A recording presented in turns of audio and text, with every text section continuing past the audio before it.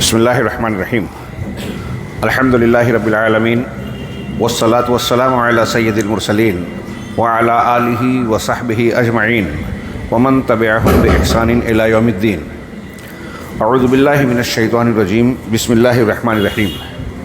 فی بیوت اذن اللہ ان ترفع ویذکر فیہا اسمہ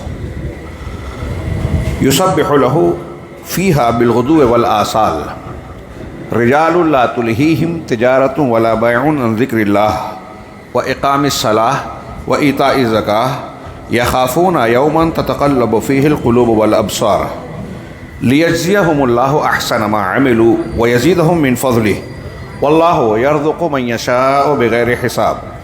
وقال تعالی وان المساجد للہ فلا تدعوا مع اللہ احدا. جمعیت اہل حدیث کلکتہ کے ذمہ داران، الفرقان اسٹڈی سینٹر کے ذمہ داران، کارکنان اور معاونین، علماء کرام، میرے بزرگوں، دینی بھائیوں، اسلامی ماں اور بہنوں، آج آپ لوگوں کے درمیان اللہ کے فضل و کرم اور اس کی توفیق سے حاضری کا جو موقع ملا، مجھے بیان نہیں کر سکتا کہ کتنا بڑا انعام اور موقع مسرت محسوس ہو رہا ہے. نہ صرف یہ کہ آپ لوگوں کا اکٹھا ہونا، بلکہ مختلف افراد، نوجوانان نے جس پرتپاک انداز میں خلوص و محبت کا اظہار کرتے ہوئے ملاقاتیں کی، مجھے اندر سے خوشی بھی ہوئی، دل بھر بھی آیا اور ایک قسم کی شرمندگی محسوس ہوئی کہ میں ایسا محسوس کرتا رہا کہ جو میرا مقام نہیں ہے آپ وہ سمجھ رہے ہیں. اللہ رب العالمین مجھے اس لائق بنائے اور ہماری اس محبت کو جو دین کی بنیاد پر ہے، کوئی معمولی بات نہیں ہے. دنیا کا سب سے اہم رشتہ یہی دین کا رشتہ ہے. کسی بھی خطے علاقے کا کوئی انسان ہو، کلمہ گو ہے، توحید والا ہے، وہ ہمارا بھائی ہے. چھت کے نیچے رہنے والا ہمارا کوئی رشتہ دار ہو، بھائی ہو، بہن ہو، داماد ہو، فلاں اور فلاں ہو، اگر وہ توحید اور منہج صحیح کا حامل نہیں ہے تو شرعی نقطۂ نظر سے، ولا اور برا کے اسلامی قانون کے اعتبار سے وہ ہمارا رشتہ دار نہیں ہے. حضرت نوح علیہ السلام سے کہہ دیا گیا ان کے اپنے سگے بیٹے کے بارے میں، انہو لیس من اہلک انہو عمل غیر صالح، یہ آپ کے گھر کا فرد نہیں ہے، اہل خانہ سے نہیں ہے، یہ برے عمل والا ہے، شرک والا، غلط راستے پر چلنے والا ہے، لہذا آپ کے ذریعے سے پیدا تو ہوا، آپ کا بیٹا نہیں ہے، آپ کے گھر کا فرد نہیں ہے. کون ہے ہمارا رشتہ دار؟ جو ہمارے دین میں ہماری موافقت کرتا ہے، توحید کا حامل ہے، صاحب منہج ہے، ولا اور برا کی یہ بنیاد ہے.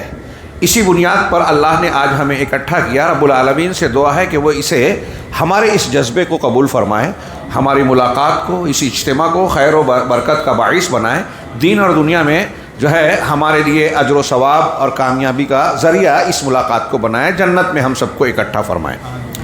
جیسا کہ اعلان ہے اور مجھے حکم دیا گیا کہ آج کی اس نشست میں مجھے یہ بیان کرنا ہے مساجد کی اہمیت اور اس کی ضرورت. مساجد کی اہمیت اور اس کی ضرورت. آج کل جس طریقے سے دھوم دھام کی تقریروں کو پسند کیا جاتا ہے اور کچھ مسالے دار چیزیں سننا لوگ چاہتے ہیں، ایسے میں یہ عنوان تعلیمی تربیتی اعتبار سے اہمیت کا حامل ہے. اس کی بعض تفصیلات ایسی ہو سکتی ہیں کہ لوگوں کو لگے کہ اکتاہٹ محسوس ہو رہی ہے، لیکن اگر آپ عنوان کی اہمیت اور موضوع کو سنیں گے، جو کچھ اللہ مجھے توفیق دے میں کچھ بیان کر سکوں، ظاہر سی بات ہے کہ مجھ جیسا کم علم اور ایک محدود وقت میں مساجد سے متعلق ساری اہمیت، ضرورت، اس کا کردار، اس کے متعلقہ امور بیان نہیں کر سکتے. لیکن اللہ رب العالمین نے اگر مجھے اتنی توفیق دی کہ آپ اس مجلس میں مسجد کی اہمیت سمجھ لیے اور مسجد سے اپنے رشتے کو مضبوط کرنے کا عزم کر لیں، تو میں سمجھتا ہوں کہ اللہ نے اس پروگرام کو قبول فرما لیا. اللہ قبول فرمائے. مساجد کی اہمیت و افادیت. مسجد عرف عام میں ہمارے لیے کوئی اجنبی لفظ نہیں ہے، سب لوگ جانتے پہچانتے ہیں. عربی زبان کا لفظ ہے مسجد، اس کی جمع ہے مساجد۔ مسجد یہ اسم ظرف ہے، سجدہ یسجدو عربی کا جو فعل ہے جس سے ہم سجدہ اور سجود کہتے ہیں، اسی سے اسم ظرف ہے مسجد، یعنی سجدہ گاہ۔ دوسرے مزید اس کو کریں تو سجدے سے مراد عبادت گاہ، عبادت خانہ، وہ جگہ جہاں اللہ رب العالمین کی عبادت کی جائے، ہماری اصطلاح میں عبادت کے لیے جسے خاص کیا جائے۔ عمومی طور سے جناب محمد رسول اللہ صلی اللہ علیہ وسلم کا وہ ارشاد ہم اور آپ سنتے رہے ہیں کہ آپ نے فرمایا جعلت لی الارض مسجدا و طہورا۔ دیگر قوموں اور پچھلے انبیاء کے مقابلے میں آپ کو جو خصوصیات دی گئی ہیں اس میں سے ایک خصوصیت یہ ہے کہ آپ کے لیے اور آپ کے ذریعے ہمارے لیے، یعنی امت محمدیہ کے لیے، جعلت لی الارض، پوری زمین، دنیا کا ہر حصہ اور خطہ میرے لیے مسجد بنایا گیا اور طہارت کا ذریعہ بنایا گیا، یعنی اس کو اسے مٹی سے تیمم کر کے پاکی حاصل کی جا سکتی ہے۔ پانی کے نہ ملنے یا پانی ہے اور اس کے استعمال پر قدرت نہیں ہے تو وضو کی جگہ اور غسل کی جگہ تیمم کیا جا سکتا ہے۔ پوری زمین کو اللہ نے یہ عمومی طور سے اس امت محمدیہ کو بطور انعام عطا فرمایا۔ ہر جگہ نماز پڑھی جاتی ہے اور جہاں نماز پڑھی جائے اس کو مسجد بنا لیا گیا۔ ذہن میں رکھیے، یہ اگر ایک آدمی عبادت کا کوئی کام کر رہا ہے، صرف نماز ہی نہیں، جس جگہ عبادت کر رہا ہے وہ مسجد ہے۔ ضروری نہیں ہے کہ وہاں عمارت کی تعمیر کی جائے۔ اسی لیے جب نبی کریم صلی اللہ علیہ وسلم کا یہ فرمان آپ سنیے کہ لعن اللہ الیہود والنصارى اتخذوا قبور انبیائہم مساجد، اللہ کی لعنت ہے یہود و نصارہ پر، انہوں نے اپنے انبیاء کی قبروں کو مسجد بنا لیا۔ انبیاء کی قبروں کو مسجد بنایا، دھیان سے، انبیاء کی پوجا نہیں کی، عبادت نہیں کی، ان کی قبر پر مسجد بنائی، یعنی یہ سمجھا کہ اگر انبیاء کی قبر پر مسجد بنائی جائے گی تو دوسرے مقامات کے مقابلے میں یہ زیادہ فضیلت والی بات ہوگی۔ اللہ رب العالمین نے، رسول اللہ صلی اللہ علیہ وسلم نے اس عمل کو باعث لعنت قرار دیا ہے۔ اب انہوں نے کیسے مسجد بنائی؟ عمارتیں بھی بنائی، عمارت نہ بنائی تو اس جگہ کو عبادت کے لیے خاص کر دیا۔ اس کا مطلب یہ ہوا کہ اگر ایک آدمی کسی قبر پر، کسی مشہد پر، کسی انسان کے خاص مقام پر جا کے وہاں عبادت کر رہا ہے تو اس نے اس قبر کو مسجد بنا لیا۔ دھیان دیجئے، مسجد جیسا کہ ابھی ہم کہیں گے یہ اللہ کا گھر ہے، اس کی فضیلت اہمیت میں ابھی بیان ہوگا۔ اس میں صرف اللہ کی عبادت کی جائے گی۔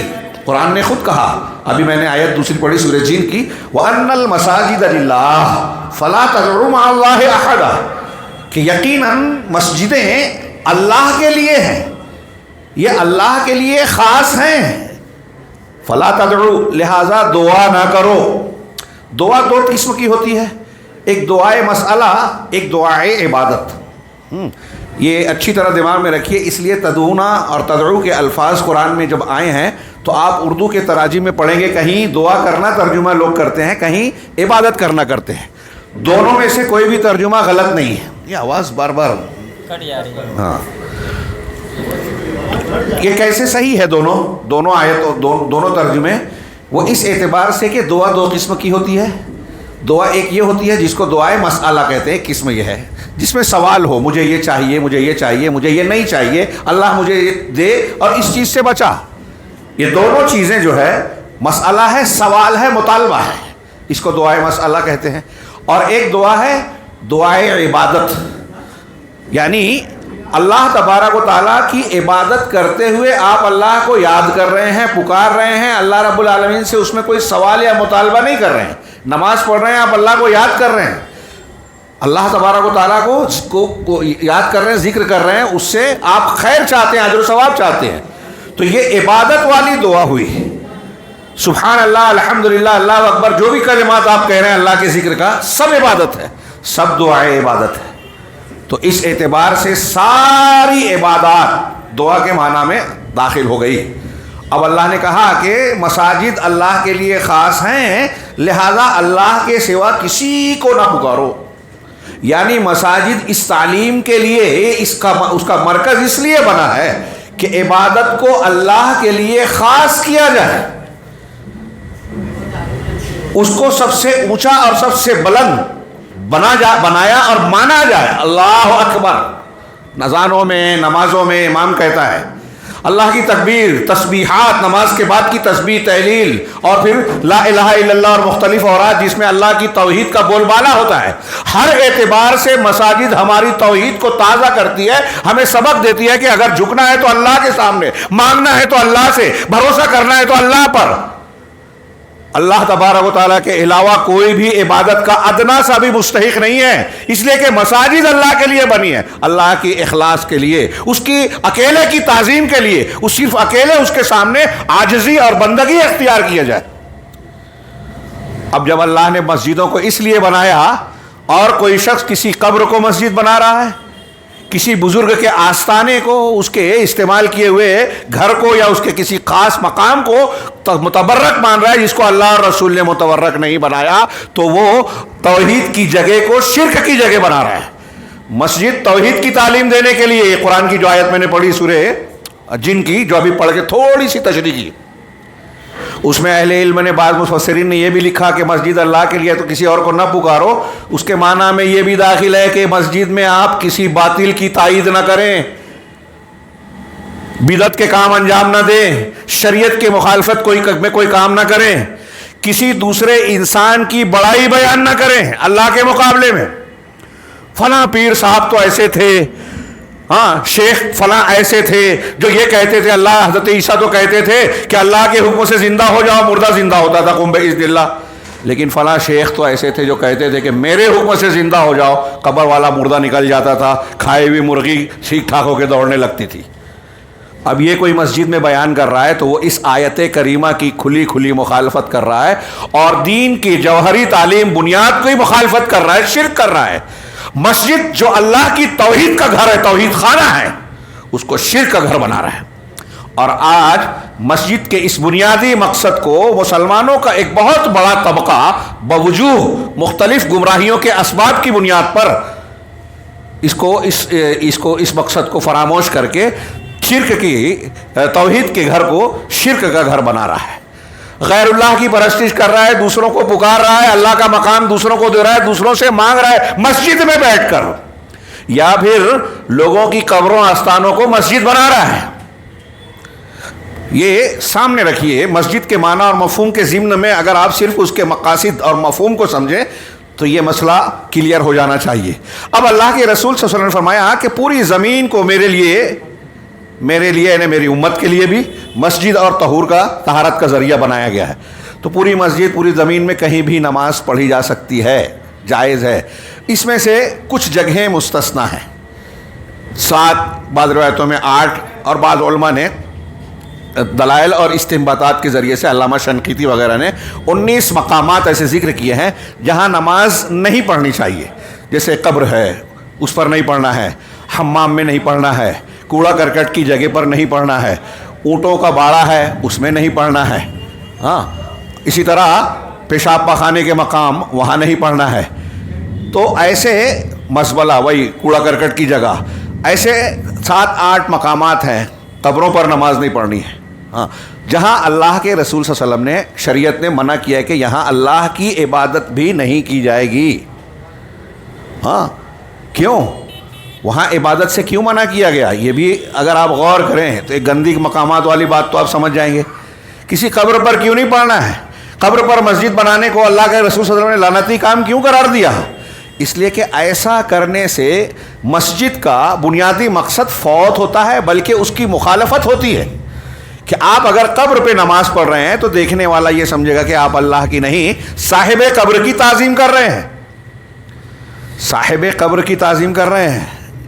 اسی لیے بعض اہل علم نے نبی کریم صلی اللہ علیہ وسلم 3 مسجدوں کی طرف سفر کرنے کے لیے جو خصوصیت بیان کی گئی اجر و ثواب کی نیت سے، اس میں لوگ اختلاف کرتے ہیں، لیکن میں سمجھتا ہوں معاملہ کافی واضح ہے. اہل علم نے کہا کہ اگر کوئی شخص مدینہ کا سفر رسول اللہ صلی اللہ علیہ وسلم کے روضے یا آپ کی قبر مبارک کی زیارت کے لیے نیت سے کرتا ہے تو کیا یہ ٹھیک ہے؟ تو اکثر اہل علم، اور میں اسی قول کو صحیح مانتا ہوں، کہتے ہیں کہ مدینہ کا سفر اس نیت سے نہیں کرے گا، مدینہ کا سفر کرے گا مسجد نبوی کی نیت سے. لا تشد الرحال الا الی ثلاثۃ مساجد والی حدیث ہے کہ صرف 3 مسجدوں کی طرف سفر ہوگا. وہاں لوگ بولتے ہیں بھائی علم کا سفر ہے, جہاد کا سفر ہے, گھومنے پھرنے والا سفر, یہ سب جائز ہے, تو رسول اللہ صلی اللہ علیہ وسلم کی قبر کی زیارت کے لیے سفر کیوں نہیں جائز ہے؟ ہاں وہ ممنوع ہے, اس لیے کہ وہاں عقیدے کے بگڑنے کا امکان ہو سکتا ہے. ان اسفار میں یہ بات نہیں ہے.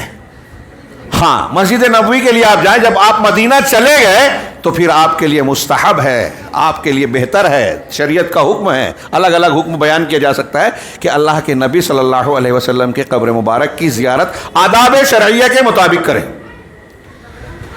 تو اللہ کے نبی صلی اللہ علیہ وسلم نے ایک طرف یہ کہا کہ پوری زمین کو مسجد بنایا, اور مستثنیٰ کیا اس میں قبروں کو بطور خاص میں زور دے رہا ہوں. اور یہاں مسجد کا پیغام اور اس کی بنیاد بھی سمجھ میں آتی ہے, جو ان المساجد للہ فلا تدعوا مع اللہ احدا کی قرآنی آیت سے بالکل صاف, ظاہر اور واضح ہے. اس کے بعد اب ہمارے عنوان میں جو کہا گیا کہ مسجد کی ضرورت اور اہمیت, تو جس مسجد کو ہم مسجد کہتے ہیں یہ ایسی کوئی جگہ جہاں عمارت وغیرہ بنا دی جائے, 4 دیواری کھڑی کر دی جائے, وہ کسی بھی شکل میں ہو, جسے اللہ کی عبادت کے لیے خاص کیا جائے اور اللہ کے لیے وقف کیا جاتا ہے, اسے ہم عرف میں مسجد کہتے ہیں. شریعت کی اصطلاح میں بھی مسجد ہے. اور یہ جو مسجد ہے اس کے احکامات دیگر مقامات اور جگہوں کے مقابلے میں الگ ہو جاتے ہیں. یہ اب دنیا کی دیگر جگہوں کی طرح نہیں ہے. پوری زمین اللہ کی زمین ہے, پوری زمین کو عمومی طور سے مسجد کہا گیا, لیکن جو جگہ اللہ کے لیے وقف کی گئی بندوں کے لیے کہ وہاں وہ عبادت کریں, وہاں عمارت تعمیر کی جا رہی ہے, کوئی بنایا جا رہا ہے کہ وہ مخصوص ڈھنگ کی ایک جگہ بن جائے اور وہاں لوگ اللہ کی عبادت کریں. اب وہ کسی کی ملکیت نہیں ہے بلکہ وہ اللہ کا گھر کہلاتا ہے. یہ مسجد جو ہے یہ اپنے آپ میں بہت ہی اہمیت اور فضیلت رکھتی ہے. اسلامی سماج اور معاشرے میں ایک مسلمان کے لیے جس طرح وہ اپنے ذاتی گھر جس میں رہائش پذیر ہے, رہتا سہتا ہے, جس طرح اپنے ذاتی گھر سے محبت کرتا ہے, وہاں رہنا چاہتا ہے, اس سے اس کو انسیت اور لگاؤ ہوتا ہے, اس سے بڑھ کر اللہ کے گھر سے انسیت ہونی چاہیے آپ کو اور ہم کو, مسلمان کو. کیسے, کیوں مسجد کو یہ حیثیت حاصل ہے؟ اسلامی سماج اور معاشرے میں مسجد روحانی پاور ہاؤس کی حیثیت رکھتی ہے. ہماری روح کا جنریٹر اور پاور ہاؤس ہے. جس سماج میں مسجد نہ ہو اس سماج میں مسلمان کو رہنے کا اختیار یا حق نہیں ہے. جناب محمد رسول اللہ صلی اللہ علیہ وسلم کو دیکھیے کہ آپ ہجرت کر کے جب تشریف لے گئے, چند دنوں کے لیے مسجد مدینہ پہنچنے سے پہلے مدینہ کے باہر کی بستی میں قباء میں آپ نے چند دن قیام کیا. الگ الگ دن لوگ بتاتے ہیں, ہفتہ بھر اور 13 دن 14 دن جو بھی ہے, سب اس مختصر سے قیام میں آپ نے وہاں مسجد تعمیر کی. پھر مسجد نبوی جب تشریف لے گئے تو تفصیل کے واقعات پڑھیے. میں جو موضوع سے متعلق بات بیان کر رہا ہوں, آپ ابھی دوسروں کے گھر میں قیام ہے. حضرت ابو ایوب رضی اللہ عنہ اپنا گھر نہیں بنایا, اس سے پہلے مسجد نبوی کی بنیاد ڈالی. اور یہی نہیں, اللہ کے نبی صلی اللہ علیہ وسلم نے جب مسجد نبوی کی جگہ خریدی, لوگوں نے کہا ہم اللہ کے راستے میں, کہا نہیں خریدیں گے. وہاں کچھ قبریں تھیں پرانے جاہلیت کے لوگوں کی, ان قبروں کو کھود کر صاف کیا گیا. مطلب جہاں قبر ہو, قبرستان ہو, وہاں مسجد نہیں بنائی جائے گی. اگر بنانے کی ضرورت ہے تو قبروں کو وہاں سے ہٹایا جائے گا, صاف کیا جائے گا. تو ان قبروں کو صاف کیا, آپ نے قیمت ادا کی, وہ زمین خریدی, وہاں مسجد کی تعمیر کی. اور اہم ترین بات یہ ہے کہ نبی کریم صلی اللہ علیہ وسلم بذات خود بنفس نفیس آپ نے مسجد کی تعمیر میں حصہ لیا. صرف کہہ نہیں دیا کہ بنا لو, اینٹیں اٹھا رہے ہیں, لکڑیاں لگا رہے ہیں, کھدائی کر رہے ہیں اور اس میں لوگوں کو ترغیب دے رہے ہیں. لا خیر الا خیر الآخرہ, اللہم لا خیر الا خیر الآخرہ فاغفر الانصار والمہاجرہ. اے اللہ, آخرت کے خیر کے علاوہ کوئی خیر ہے ہی نہیں, لہذا تو انصار اور مہاجرین کی بخشش فرما. یہ اشعار, اس طرح کے اشعار پڑھتے ہوئے آپ خود اس میں حصہ لے رہے ہیں. غور کیجئے, نبی کریم صلی اللہ علیہ وسلم یہ مسجد کی اہمیت کے لیے 2-3 باتیں جو میں نے بیان کی, یہ کافی ہے, لمبی چوڑی تقریر نہ بھی ہو, کہ اللہ کے نبی صلی اللہ علیہ وسلم اپنے گھر سے پہلے اسے بنا رہے ہیں. نبی کریم صلی اللہ علیہ وسلم بذات خود اس میں حصہ لے رہے ہیں. کیوں؟ لوگوں کو اس کی اہمیت معلوم ہو. کیوں؟ تاکہ لوگوں کو ترغیب ملے. کیوں؟ اس لیے کہ مسجد کی تعمیر کا جو اجر عظیم اور انتہائی زبردست و اونچا عمل ہے، اللہ کے رسول صلی اللہ علیہ وسلم بذات خود بھی اس اجر سے محروم نہیں رہنا چاہتے تھے کہ میں اس میں خود حصہ نہ لوں، جبکہ اللہ نے مجھے امت کے لیے اسوہ حسنہ نمونہ بنایا ہے. تو نمونہ اسوہ حسنہ نے ہم کو بتایا کہ مسجد کی تعمیر میں ہمیں خود حصہ لینا چاہیے. اور مسجد کی صاف صفائی تعمیر انبیاء کا کام رہا ہے. آج ہمارے ہاں لوگ سمجھتے ہیں کہ یہ ہلکی چیز ہے، مؤذن اور خادم کو سمجھتے ہیں صفائی وہ کرے. اللہ کے رسول صلی اللہ علیہ وسلم حضرت ابراہیم اور اسماعیل علیہ السلام کو اللہ نے قرآن میں کہا وَعَهِدْنَا إِلَىٰ إِبْرَاهِيمَ وَإِسْمَاعِيلَ أَن طَهِّرَا بَيْتِيَ لِلطَّائِفِينَ وَالْعَاكِفِينَ وَالرُّكَّعِ السُّجُودِ، کہ ہم نے ابراہیم اور اسماعیل سے یہ عہد و پیمان لیا یا یہ ان کو حکم دیا کیا کہ میرے گھر کو، بیتی اللہ کہہ رہا ہے کس کو؟ مسجد حرام کو. مسجد حرام کی تعمیر کرنے والے ابراہیم و اسماعیل. وَإِذْ يَرْفَعُ إِبْرَاهِيمُ الْقَوَاعِدَ مِنَ الْبَيْتِ وَإِسْمَاعِيلُ. تعمیر کر رہے ہیں کون؟ ابراہیم اور ان کے ساتھ ساتھ اسماعیل. وہ تعمیر کر رہے ہیں، کسی دوسرے سے نہیں کہا کہ آپ آئیے بنا دیجئے ہم چارج دے دیں گے، خود تعمیر کیا. اللہ تبارک و تعالیٰ نے کہا بیتی میرا گھر. مسجد کی فضیلت، اس کی اہمیت کے لیے یہ سب سے بڑی بات ہے کہ اللہ تبارک و تعالیٰ اسے میرا گھر کہہ رہا ہے. اب آپ کہیں گے کہ یہ تو مسجد حرام کے لیے کہا، کعبۃ اللہ کے لیے کہا.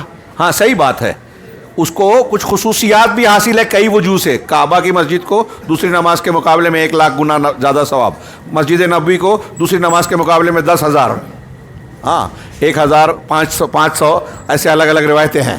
اور اس کے مقابلے میں مسجد اقصیٰ بھی اسی طرح سے ہے. تو اللہ کے نبی صلی اللہ علیہ وسلم نے ان کو، اور پھر مسجد قباء میں ایک نماز 2 رکعت نفل پڑھنا یہ ایک عمرے کا ثواب ہے. یہ 4 مسجدوں کو، مسجدوں میں خصوصیت حاصل ہے. باقی ساری مسجدیں اللہ کا گھر کہلاتی ہیں. دلیل یہ قرآن کی آیت مسجد حرام کو کہہ رہی ہے. بخاری مسلم کی ایک حدیث آپ نے بارہا سنی ہوگی، مجتمع، اللہ کے نبی صلی اللہ علیہ وسلم فرمایا مجتمع قوم فی بیت من بیوت اللہ یتلون کتاب اللہ ویتدارسونہ الا حفتہم الملائکہ غشیتہم الرحمہ وحفتہم الملائکہ، کہ اللہ کے گھروں میں سے کسی گھر میں کوئی قوم اکٹھا ہوتی ہے، اللہ کے کلام کتاب اللہ کی تلاوت کرتی ہے اور ان کو اس کا آپس میں مدارسہ کرتے ہیں. یہ دیکھیے اللہ کے گھر میں بیٹھ کر مدارسہ کرنا. یہاں ابھی ایک بات یہ بھی آئے گی کہ مسجد اللہ کے ذکر کی جگہ ہے، قرآن کو پڑھنے پڑھانے سمجھنے سمجھانے کی جگہ ہے. دور قرآن یتدارسونہ، ایک دوسرے سے سیکھتے ہیں سکھاتے ہیں. تو کیا ہوتا ہے؟ رحمت ان کو گھیر لیتی ہے، فرشتے ان کو ڈھانپ لیتے ہیں. ذرا مجھے ڈسٹرب ہو رہا ہے، درمیان میں کچھ لوگ گفتگو کر رہے ہیں. گزارش ہے کہ اگر آپ کو لگ رہا ہے کہ مجھے کچھ غلط کہہ رہا ہوں یا ایسا تو براہ راست کہہ دیجئے. آپس میں گفتگو نہ کریں، کچھ ڈسٹرب ہوتا ہے. تو اللہ کے رسول صلی اللہ علیہ وسلم نے اس حدیث میں تمام مسجدوں کو بیت من بیوت مجتمع قوم فی بیت من بیوت اللہ کا، تمام مسجدیں اللہ کا گھر ہیں. مسجد کے شرف، فضیلت، اس کی اہمیت اور اس کے مقام بلند کے لیے صرف یہ بات کافی ہے کہ وہ رب العالمین کا گھر ہے، اللہ کا گھر کہا گیا.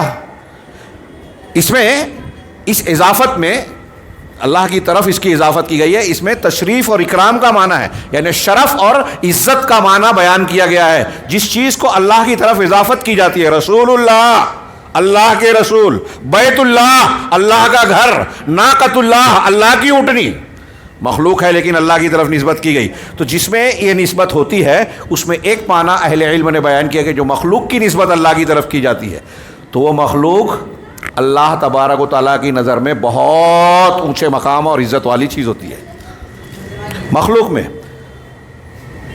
اور جو چیز اللہ کی صفات کی طرف، صفات جیسے کلام اللہ، علم اللہ، قدرت اللہ، یہ ایک عقیدے کے باب میں پڑھیں گے آپ، اس میں اعیان کی طرف، اعیان کی اضافت اور کیا دوسرا لفظ استعمال کرتے ہیں کہ عین شخصیات کا، معین شخص کی نسبت، اور اوصاف صفات کی. تو صفات کی نسبت جب کی جاتی ہے تو وہ مخلوق نہیں ہوتی. کلام اللہ ہم کہتے ہیں اللہ کا کلام، اللہ کی صفت ہے. مخلوق کہو گے تو گمراہ ہے، کفر ہو جائے گا، اللہ کے کلام کا انکار. خیر، تو میں عرض کر رہا تھا کہ مسجد کی شرف کے لیے یہ کافی ہے کہ وہ اللہ نے اسے اپنی طرف نسبت دی ہے. یہاں مسجد کی اہمیت و فضیلت بتانے کے لیے احادیث میں جو باتیں بیان کی گئی ہے، میں ایک ایک جملے میں اس کا صرف سرسری ذکر کروں. ایک حدیث پر بھی گفتگو کریں گے تو میرا وقت ختم ہو جائے گا. میں اس تفصیل میں نہ جاتے ہوئے صرف آپ کو کہوں گا غور و فکر کی دعوت کہ یہ نبی کریم صلی اللہ علیہ وسلم کے آپ کے جوامع الکلم سے آپ صادق و مصدوق شخصیت کے صادر ہونے والے الفاظ ہیں. مثال کے طور پہ اللہ کے نبی صلی اللہ علیہ وسلم نے مسجد کے تعلق سے کہا کہ روئے زمین پر سب سے زیادہ پسندیدہ جگہیں مسجد ہیں.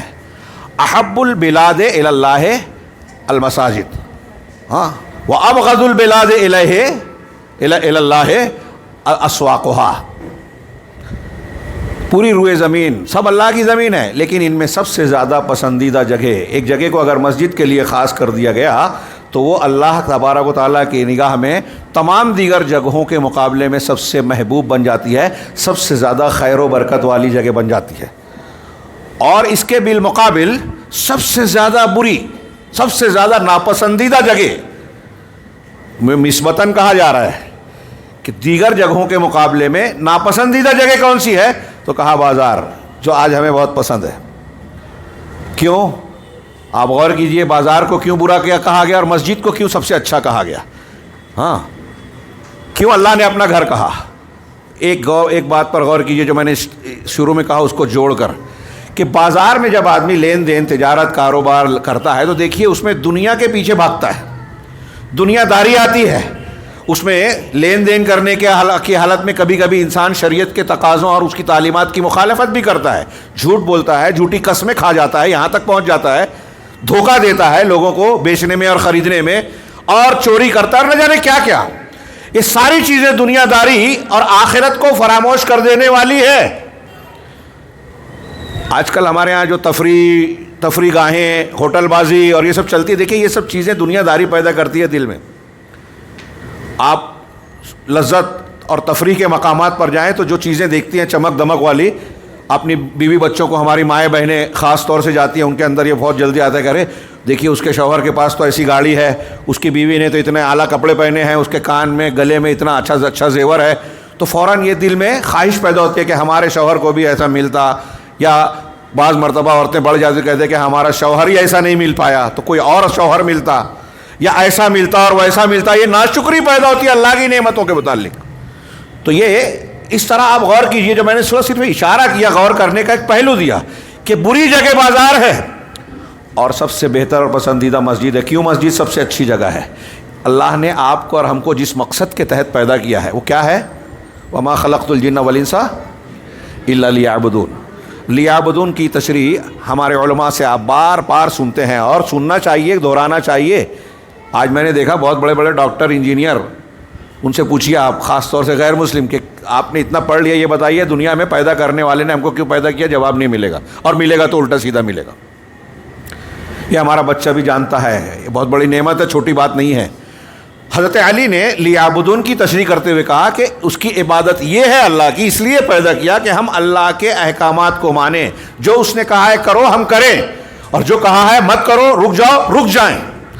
اس کی خبروں کی تصدیق کریں. حضرت علی نے لیعبدون کی یہ تشریح کی. عبادت کی تشریح ہو جاتی ہے کہ ہم توحید کو مان رہے ہیں، صرف اللہ کی عبادت کر رہے ہیں. اس کا مطلب یہ کہ اللہ کے ہر حکم کو اختیار کر رہے ہیں، اس کے سامنے جھک رہے ہیں. اور یہ سبق، اس سبق کو دہرانے، تازہ کرنے اور مضبوط بنانے کا سب سے زبردست مرکز مسجد ہے.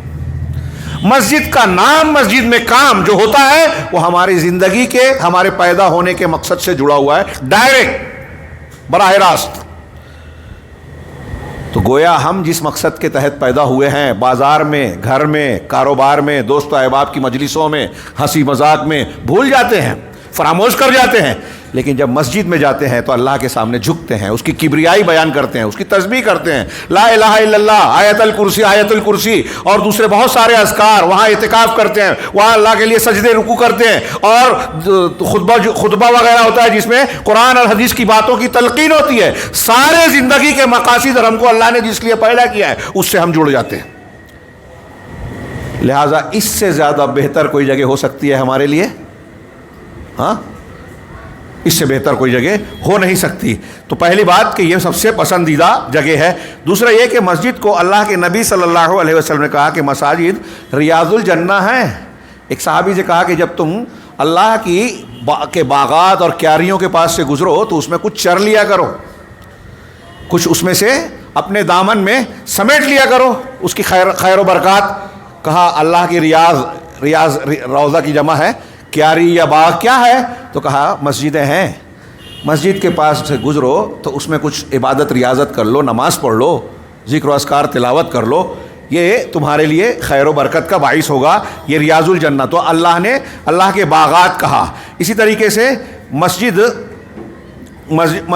بنانا صدقہ جاریہ ہے۔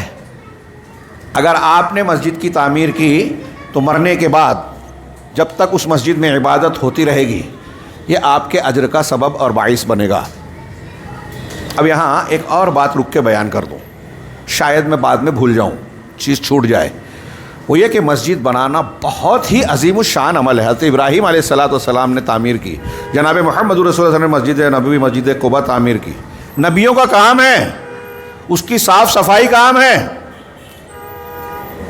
لیکن منافقین نے جب یہی کام کیا تو اللہ نے اسے پسند نہیں کیا۔ جب آپ تبوک کے موقع پر تشریف لے جانے لگے غزوہ تبوک کے لیے، منافقین نے آگے کہا کہ ہم لوگوں نے قباء مسجد کے ایریے میں ایک مسجد بنائی ہے، آپ آ کے اپنی نماز پڑھ کے افتتاح کر دیتے۔ نبی کریم صلی اللہ علیہ وسلم نے کہا کہ میں اس وقت سفر پہ نکل رہا ہوں، واپسی میں یہ کام کر دوں گا۔ واپس جب آپ لوٹے مسجد نبی مدینہ سے کچھ قریب پہنچے تو اللہ نے سورہ توبہ کی آیتیں اتاری، والذین اتخذوا مسجدا ضرارا، جن لوگوں نے مسجد ضرار بنائی، اس کو مسجد ضرار کہا، ضرار جس سے مسلمانوں کو نقصان پہنچایا جائے۔ ہاں، وہ تفریقم کیا ہے، مسجدا ضرارا و تفریقم بین المسلمین، ایک تعبیر بھول رہا ہوں، وہ بین المؤمنین و کفرا و ارصادا لمن حارب اللہ و رسولہ، کہ جنہوں نے مسجد، ان کا مقصد کیا ہے؟ ان کا مقصد ہے مسلمانوں میں تفریق پیدا کرنا۔ یہ مسجد ان کی ہے، یہ ہماری، ہم کو غیر حاضر رہنا ہے تو بول دیں گے اس مسجد میں پڑی تھی۔ اور جو اللہ اور اس کے رسول کا دشمن ہے، ان کا ایک سردار تھا، چھپ چھپا کے رہتا تھا تو وہ آ کے یہاں ہم سے مل سکے، تو اللہ اور اس کے رسول کے دشمنوں کے لیے کمین گاہ بن جائے، کفر کا رخ اختیار کیا جائے۔ نبی کریم صلی اللہ علیہ وسلم ان کے مقاصد بیان کرنے کے بعد کہا کہ لا تقم فیہ ابدا، اس میں کبھی نماز نہیں پڑھنا، اس میں قیام نہیں کرنا۔ جیسے کہا نا کہ ورکعوا مع الراکعین، رکوع کرو، رکوع کرنی، یہاں قیام کا لفظ استعمال کیا۔ کسی رکن کو اگر بولا جائے تو پورا عمل مراد ہوتا ہے، تو قیام بھی نماز کا ایک رکن ہے۔ تو کہا آپ اس میں قیام نہ کریں، یعنی کبھی نماز نہ پڑھیں۔ یہاں میں سوال کرتا ہوں آپ حضرات سے، یہ بتائیے کہ نبی کریم صلی اللہ علیہ وسلم اگر جا کے ان کی مسجد میں نماز پڑھتے، ان کی مسجد میں نماز پڑھتے تو آپ کی نماز میں کوئی کھوٹ، کمی، خامی، خلل رہتا کیا؟ آپ کی نماز میں کوئی کمی ہو سکتی تھی؟ اللہ کے نبی جناب محمد رسول اللہ علیہ وسلم کی آپ کی نماز میں کوئی خامی تو نہیں تھی؟ بہت اہم بات بیان کر رہا ہوں۔ نبی کریم صلی اللہ علیہ وسلم کی نہ نیت خراب تھی، ہو سکتی تھی، اور نہ ہی آپ کے عمل میں کوئی کھوٹ ہو سکتا تھا، کمی ہو سکتی تھی، لیکن اللہ تعالیٰ نے کہا کہ آپ اس مسجد میں نماز نہیں پڑھنا۔ اس کا مطلب نیت اور ہمارے کہنا چاہیے عمل کے صحیح ہونے کے ساتھ ساتھ جگہ کا صحیح ہونا بھی ضروری ہے۔ آپ کسی شہر کو شریف بول دیں، کسی شخصیت کو مقدس مان لیں، کسی درخت کو، کسی کپڑے کو، کسی چپل کو کہ یہ فلاں بزرگ کا تھا، ہاں یہ مقدس ہو گیا۔ نہیں، جس کو اللہ اور رسول نے مقدس کیا وہی مقدس ہے۔ ہمیشہ میں اکثر کہتا ہوں نوجوانوں کو حضرت عمر فاروق کا وہ جملہ لکھ کر یاد کر لیجئے، رٹ لیجئے اور اپنے عقیدے کا حصہ بنائیے، آپ کو بہت ساری خرافات سے بچائے گا۔ حضرت عمر نے بخاری میں ہے نا حجر اسود کو چومتے ہوئے کہا تھا، یا حجر انی اعلم انک حجر، اے حجر اسود میں جانتا ہوں کہ تو پتھر ہے، لا تضر ولا تنفع، نہ نقصان پہنچا سکتا ہے نہ نفع۔ مائیں بہنیں بھی سنیں، جادو ٹونا اور اس سب کے راستے پہ نہ جائیں، نفع اور نقصان اللہ کا اختیار، شریعت وہ جو اللہ اور رسول نے دی، بس جو انہوں نے نہیں کام نہیں کریں گے۔ حضرت عمر وہی سکھا رہے ہیں کہ میں جانتا ہوں کہ تو نہ نقصان پہنچا سکتا ہے نہ نفع. ولولا انی رأیت رسول اللہ صلی اللہ علیہ وسلم یقبلک ما قبلتک، اگر میں نے اللہ کے رسول صلی اللہ علیہ وسلم کو تجھے بوسہ دیتے ہوئے نہ دیکھا ہوتا تو کبھی بوسہ نہ دیتا. اتنی پیاری بات کہی ہے، اصول ہے. کتنا بڑا بھی بزرگ ہو، کتنے بڑے بھی بزرگ کا کوئی برتن ہو، اس کا آستانہ ہو، اس کا گھر ہو، اس کا کپڑا ہو، چومیں گے نہیں ہم. وہ چومیں گے جو اللہ رسول نے بتایا کہ اسے بوسہ دینا ہے. حجر اسود کو چومتے ہیں، مقام ابراہیم کو نہیں چومتے، کعبہ کی اور دیواروں اور کونوں کو نہیں چومتے. کچھ لوگ ہمارے ہندوستان پاکستان کے چومتے ہیں. وہاں لوگ کہتے ہیں یا حاجی حاضر بدعہ بدعہ، یہ مانتے ہی نہیں ہے، یہ بدعت ہے، مانتے نہیں ہیں. تو میں عرض کر رہا تھا کہ اللہ کے نبی صلی اللہ علیہ وسلم نے اس مسجد زرار کا جب اللہ نے آیت نازل لمسجد اسس علی التقوی من اول یوم احق ان تقوم فیہ، وہ مسجد جو پہلے دن سے تقوی کی بنیاد پر تعمیر کی گئی ہے، صحیح نیت اور تقوی کی بنیاد پر تعمیر کی گئی ہے، وہ زیادہ حقدار ہے کہ آپ اس میں قیام کریں. اب اس میں لوگ اختلاف کرتے ہیں کہ اس سے مراد مسجد نبی ہے مسجد قباء. بعض اہل علم پھر نتیجہ دیتے ہیں کہ دونوں مراد ہے، لیکن سیاق کلام میں جو اہل علم نے کہا کہ مسجد قباء کے علاقے میں اس مسجد کو بنایا گیا تھا، اس لیے آپ وہاں مسجد قباء مراد ہے کہ پہلے دن جو مسجد بنائی گئی تقوی کی بنیاد پر، وہ حقدار ہے کہ آپ اس میں نماز پڑھیں. جب یہ آیتیں نازل ہوئی تو اللہ کے رسول صلی اللہ علیہ وسلم نے بعض صحابہ کو بھیج کر منافقین کی بنائی ہوئی مسجد کو ڈھا دیا، جلوا دیا. اس سے یہ پتہ چلا کہ اگرچہ تعمیر مسجد بہت اونچا اعلیٰ کام ہے، لیکن اس میں بھی اخلاص، صحیح نیت اور شریعت کے اصولوں کی پاسداری لازمی ہے. اگر یہاں اخلاص نہیں ہے، دکھاوا مقصود ہے، ریا ہے، اخلاص کی بجائے شہرت طلبی ہے، کوئی اور چیز مقصود ہے دنیا کی، تو پھر یہ بھی اللہ رب العالمین کے یہاں آپ کتنا بھی کروڑوں کی مسجد بنا لیں بیکار ہے. تقوی کی بنیاد پر مسجد کی تعمیر ہونی چاہیے. پھر میں نے عرض کیا کہ یہ مسجد صدقہ جاریہ ہے. 3 چیزیں مرنے کے بعد بھی انسان کے نامہ اعمال میں لکھی جاتی ہے: نیک اولاد جو دعا کرتی رہے، صدقہ جاریہ، اور علم ینتفع بہ. تو اس میں صدقہ جاریہ میں مسجد بھی آتی ہے. ابن ماجہ کی ایک روایت میں 7 چیزوں کا ذکر ہے. ان 7 میں صدقہ جاریہ سے متعلق کئی چیزوں کا، جیسے کنواں ہے، مسجد کی تعمیر ہے، اس کا بھی ذکر کیا گیا ہے. تو آپ نے مسجد تعمیر کی کر دی، آپ کا انتقال ہو گیا، اخلاص کے ساتھ تعمیر کی گئی تھی، اب جب تک عبادت ہوتی رہے گی آپ کو اجر و ثواب ملتا رہے گا. یہ صدقہ جاریہ میں سے ہے. اسی طرح مسجد میں ادا کی گئی نماز تنہا نماز کے مقابلے میں ایک روایت میں ہے کہ 25 گنا زیادہ ثواب ملتا ہے، ایک روایت میں 27 گنا زیادہ. دونوں میں کوئی تعارض نہیں ہے. علماء نے کہا کہ جیسی دوری آپ طے کر کے آئیں گے، ہر قدم پر آپ کی نیکی بڑھتی جاتی ہے. مسجد میں آنے والا ہر نمازی اللہ تعالیٰ کا مہمان ہوتا ہے. یہ طبرانی کی روایت ہے جو صحیح ہے، اہل علم نے صحیح کہا ہے. اسی طرح سے اللہ کے رسول صلی اللہ علیہ وسلم کی وہ مشہور حدیث کہ قیامت کے دن جب کوئی سایہ نہیں ہوگا، لوگ پسینوں میں ڈوبے ہوں گے، پسینے کی لگام ان پر چڑھی ہوگی عمل کے اعتبار سے، اس وقت اگر سایہ ہوگا تو اللہ کے عرش کا سایہ ہوگا. ہاں، اور اس دن عرش کے سائے میں 7 قسم کے لوگوں کو جگہ ملے گی. ان میں سے ایک قسم کا ذکر کیا کہ رجل قلبہ معلق بالمساجد، کہ وہ آدمی جس کا دل مسجدوں سے جڑا اٹکا ہے. آپ مسجد سے محبت کرنے والے بن گئے، آپ مسجد سے اتنا چاہ کرتے ہیں کہ جہاں موقع ملے میں مسجد میں جاؤں. اذان کا وقت ہو رہا ہے تو مجھے مسجد کی طرف لپکنا اور دوڑنا ہے. ان خوش قسمت لوگوں میں ایسا انسان شامل ہوگا جو مسجد سے اتنی محبت کرتا ہے، اس کا دل اٹکا رہتا ہے، بار بار جانا چاہتا ہے، اللہ کے دربار میں حاضر ہونا چاہتا ہے، توحید کو، اللہ کی عبادت کو کر کے اللہ سے جڑنا چاہتا ہے کہ اللہ نے اس مقصد کے تحت پیدا کیا. اور جو بار بار 5 وقت اللہ کی نماز کے دربار میں حاضر ہوتا ہے، مسجد کے پیغام کو سمجھ کر اس کو عزت دیتا ہے، اس کے اندر ایمان ہے، اس کے اندر تقویٰ ہے، اس کی توحید کو مضبوطی ملتی ہے، اسے زندگی کے دوسرے معاملات میں برکت اور قوت ملتی ہے. جملہ میرا دھیان سے سنیے، جو شخص مسجدوں سے جڑا رہتا ہے نا، مسجد کا حق ادا کرنے والا بنتا ہے، اس کا دل اٹکا ہے، تو آخرت میں عرش کے سائے میں، دنیا میں یہ اس کے ایمان کی گواہی دینے والا عمل ہے. انما یعمر، ابھی تلاوت کی گئی، ہمارے ناظم صاحب نے پڑھا، انما یعمر مساجد اللہ من آمن باللہ والیوم الآخر واقام الصلاۃ وآت الزکاۃ ولم یخش الا اللہ فعسى اولئک ان یکونوا من المہتدین. کہ اللہ کے مساجد کی تعمیر تو وہ کرتے ہیں. ابھی میں تھوڑا بیان کروں گا. تعمیر میں 2 معنی ہے. ایک عمارت کی تعمیر کرنا نقش و نگار کے بغیر، سادگی سے، اچھے ڈھنگ سے.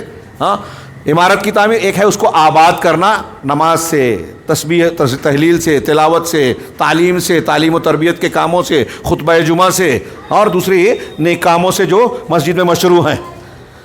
تو اللہ نے کہا کہ مسجد تعمیر کرنے والے کون ہیں؟ جو اللہ پر ایمان رکھتے ہیں، من آمن باللہ، اور آخرت کے دن پر، والیوم الآخر، وَأَقَامَ الصَّلَاةَ، نماز قائم کرتا ہے، زکوٰۃ دیتا ہے، اور اللہ کے سوا کسی سے ڈرتا نہیں۔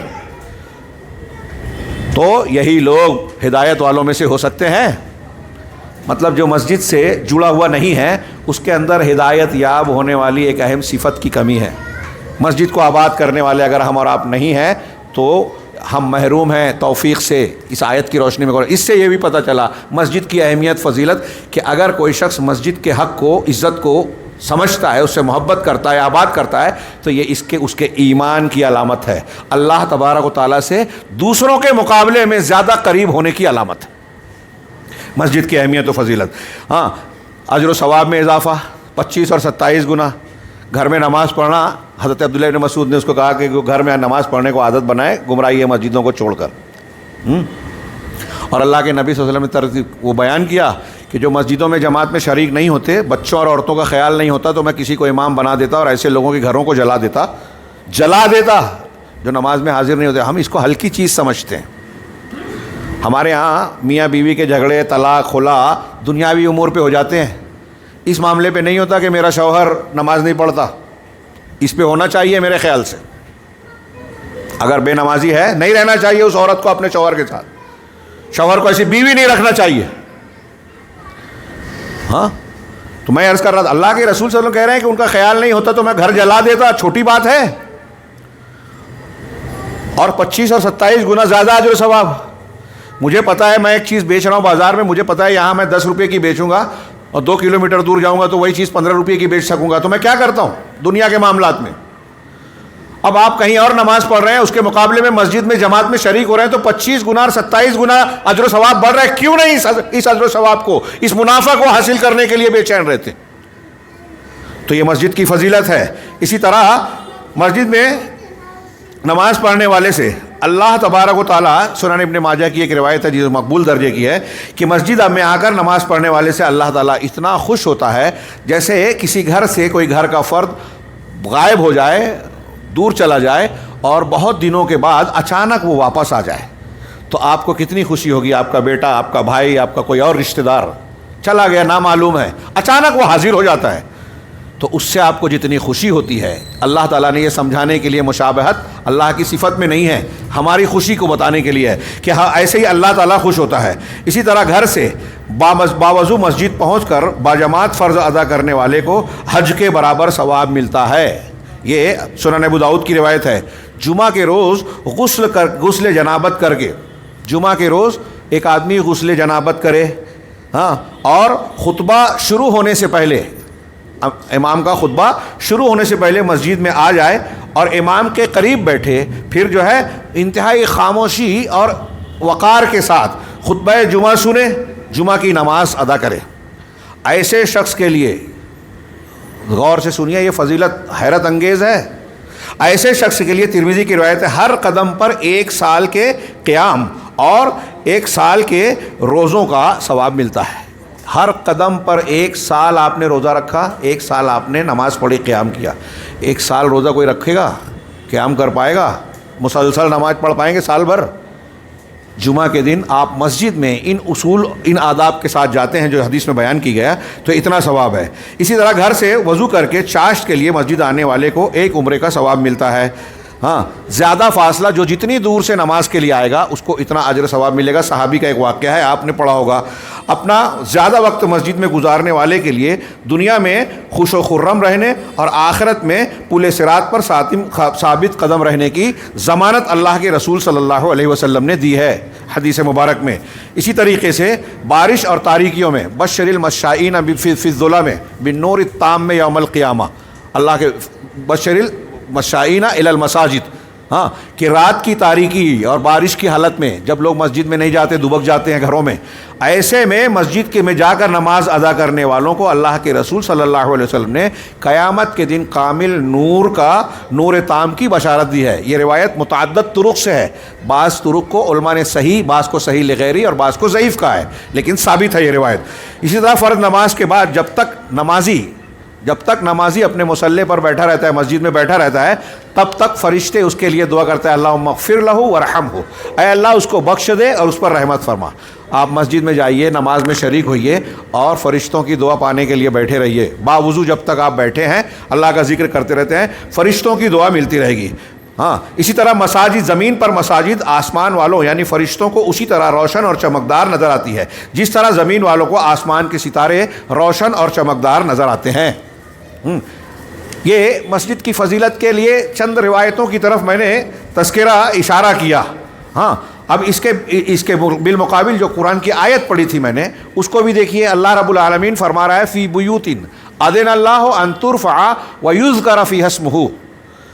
یہاں اس آیت سے پہلے اللہ نور السماوات والارض مثل نورہ کمشکات، اللہ کا نور ہونا، کائنات میں جتنا بھی ایمانی نور ہو یا مادی نور ہو، آپ کے کوئی ایمان ملا، رسول کا نور ملا، قرآن کا نور ملا، سب اللہ کی طرف سے۔ سورج چاند ستاروں کی روشنی مل رہی ہے، سب اللہ کی طرف سے، ہدایت دینے والا وہی ہے۔ تو اب ایسے نور کو جو پاتا ہے تو اس کی روش کیا ہوتی ہے؟ اللہ رب العالمین نے ان آیتوں میں بتایا فی بیوتن، ان گھروں میں، نکرہ کے ذریعے سے یہاں اس کی تفخیم شان ہے کہ ایسے گھر جو بڑی عظمت والے، بڑی فضیلت والے گھر ہیں، یعنی اللہ کے گھر، یعنی مساجد، وہ عبادت کرتے ہیں نور والے اللہ کے۔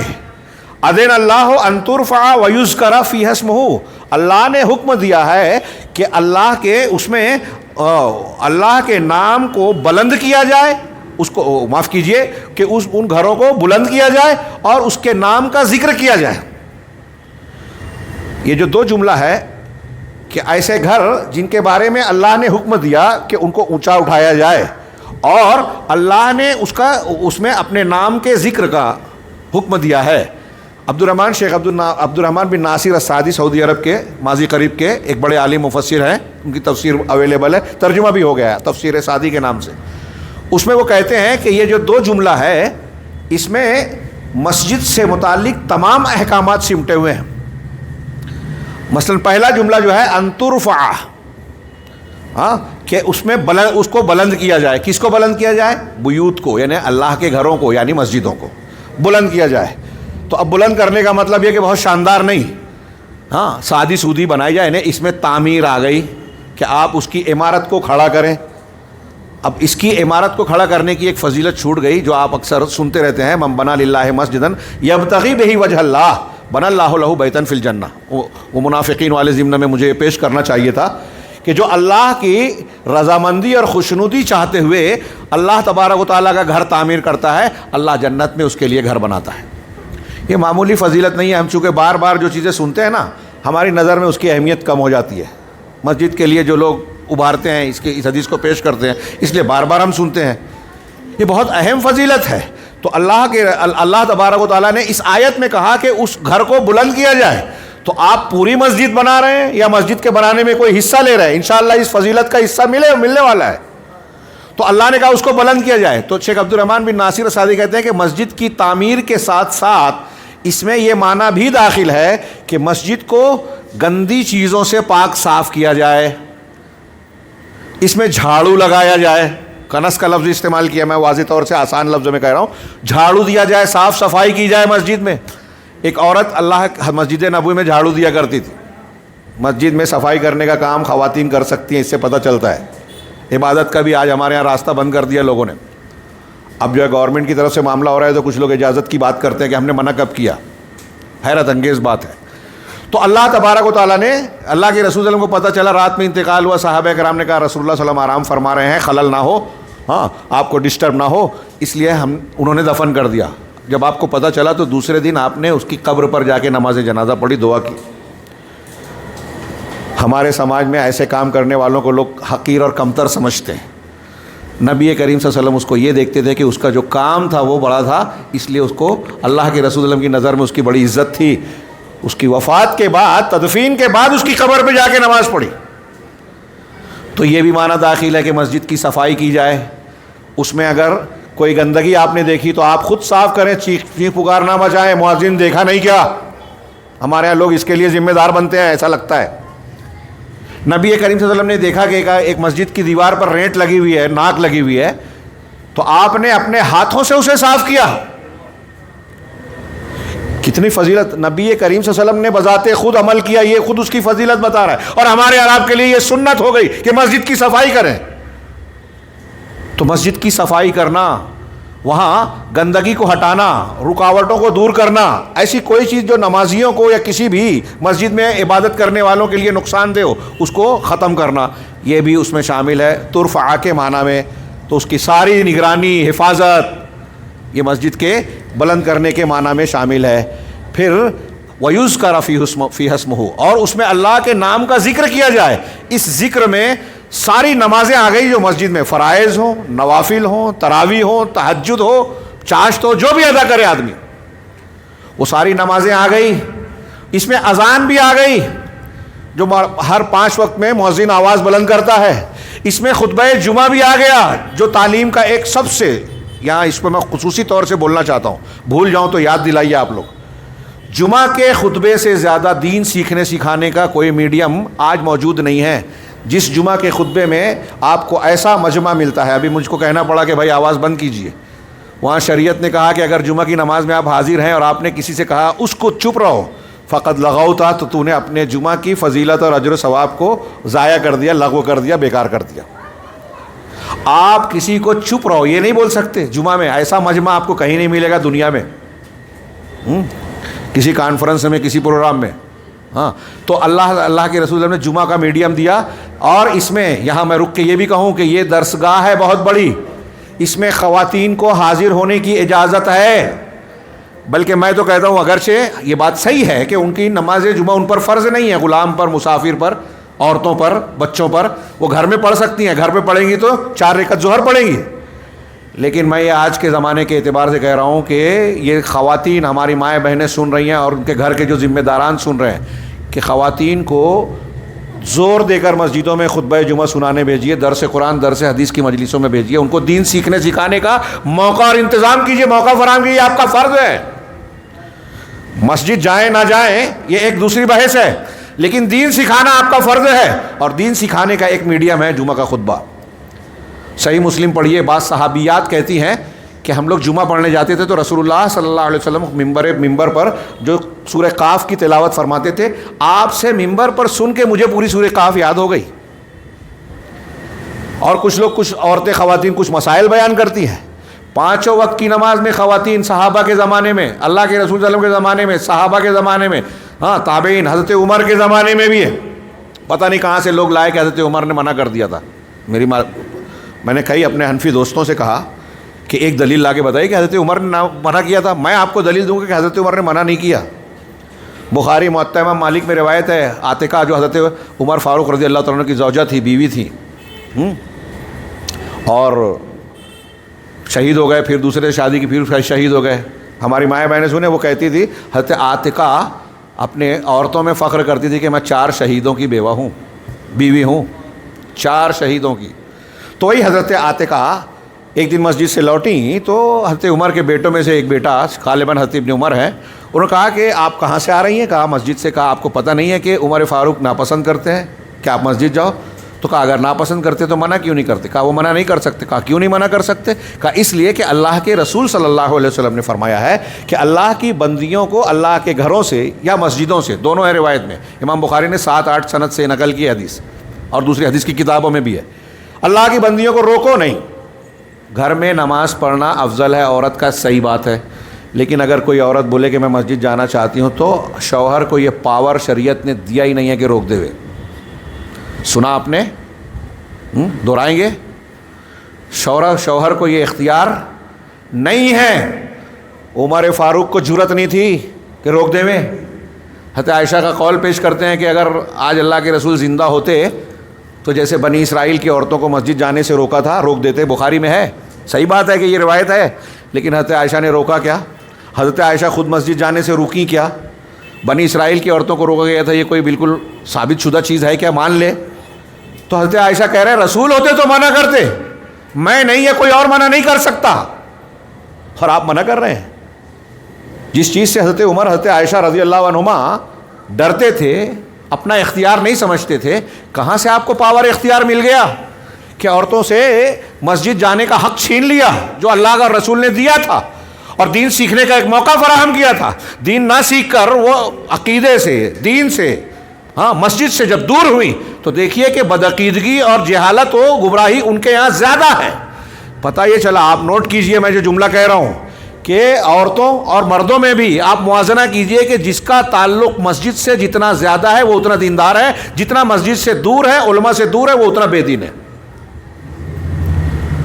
دین کی معلومات کم ہوگی، اسے دین پر عمل کا جذبہ کم ہوگا، اسے گانا بجانا اچھا لگے گا، قرآن سننا پسند نہیں آئے گا۔